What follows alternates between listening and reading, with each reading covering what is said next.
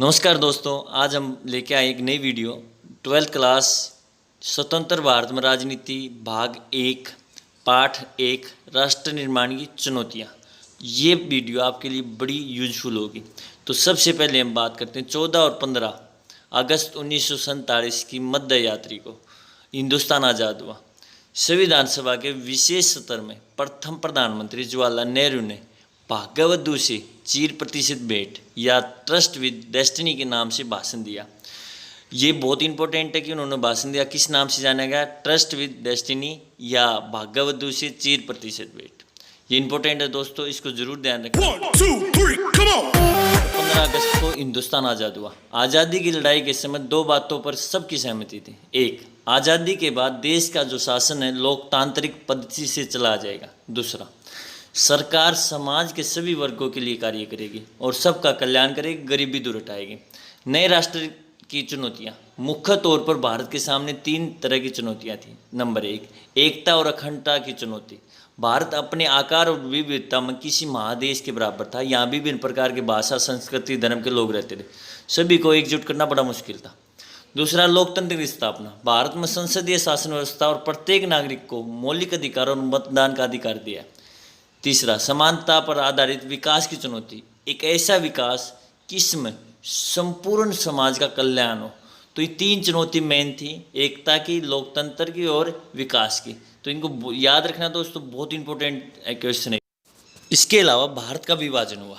मुस्लिम league ने 2 nation theory यानी द्विराष्ट्र सिद्धांत दिया, उसका तर्क दिया अपनाने का कि एक अलग देश पाकिस्तान की मांग करते हैं। और भारत का जो विभाजन हुआ वो धार्मिक बहुसंख्यक को बनाया गया।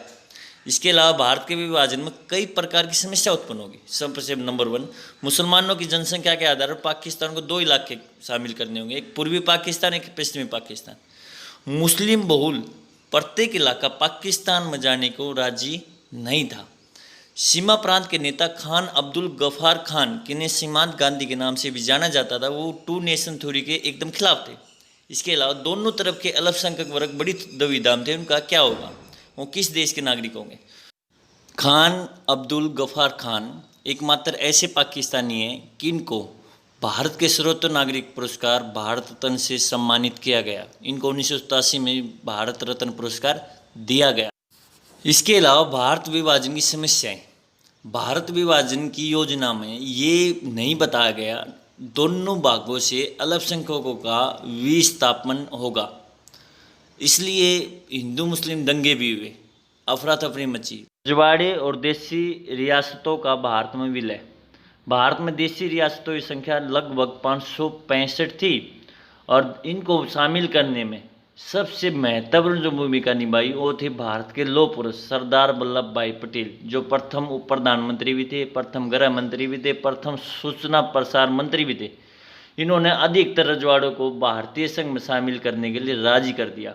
ये सरदार भी थे, ये असरदार भी थे। इसके अलावा देसी रियासतों के बारे में 3 अहम बातें। अधिकतर रजवाड़ों के लोग भारतीय संघ में शामिल होना चाहते थे। इसके अलावा सरकार कुछ इलाकों को कुछ छूट देने के लिए तैयार थे, जैसे जम्मू कश्मीर हो गया। दोस्तों, अपने सुझाव जरूर देते रहे, मैं आपके सुझाव का हमेशा इंतजार रहेगा। इसके अलावा तीसरा, अधिकतर रजवाड़ों के शासकों ने भारतीय संघ में अपने को शामिल करने के लिए एक सहमति पत्र पर साइन करते हैं। इस सहमति पत्र को इंस्ट्रूमेंट ऑफ एक्सटेंशन कहा गया। इंपॉर्टेंट है। जूनागढ़, हैदराबाद, कश्मीर और मणिपुर की रियासतों का विलय बाकी रियासतों की तुलना में थोड़ा कठिन साबित हुआ। तो इसके अलावा दोस्तों आपको बता, हैदराबाद का विलय। हैदराबाद का जो निजाम शासक था, निजाम कहा जाता, उन्होंने भारत सरकार के साथ नवंबर 1947 में 1 साल के लिए यथास्थिति बहाल करने का समझौता किया और हैदराबाद का भारत में विलय 17 सितंबर 1948 में कर दिया गया।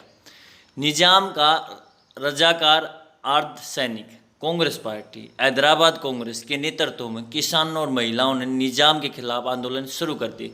इस आंदोलन को कुचलने के लिए निजाम ने एक अर्ध सैनिक बल, जिसको रजाकार कहा जाता था, लगाया। इसके जवाब में भारत ने सितंबर 1948 में सैनिक कार्रवाई की और हैदराबाद को भारतीय रियासत में शामिल कर लिया। मणिपुर रियासत का विलय। मणिपुर की आंतरिक व्यवस्था बनी रही, इसको लेकर महाराजा बोधचंद्र सरकार के बीच विलय की सहमति पर साइन हुए। जनता के दबाव में निर्वाचन करवाया गया। इस निर्वाचन के परिणाम स्वरूप संवैधानिक राजतंत्र कायम हुआ।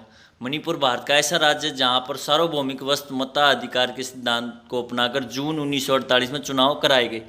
तो दोस्तों अब आया टाइम टू से गुड बाय। आपको ये वीडियो कैसी लगी हमें ज़रूर बताइए। आपको हमें आपके सुझाव का इंतज़ार रहेगा। हम जल्द हाजिर होंगे एक नई वीडियो के साथ। तब तक आप ऐसे ही वीडियो को देखते रहिए, अपना ज्ञान बढ़ाते रहिए। दोस्तों आज के लिए इतना ही। नमस्कार, जय हिंद, जय भारत।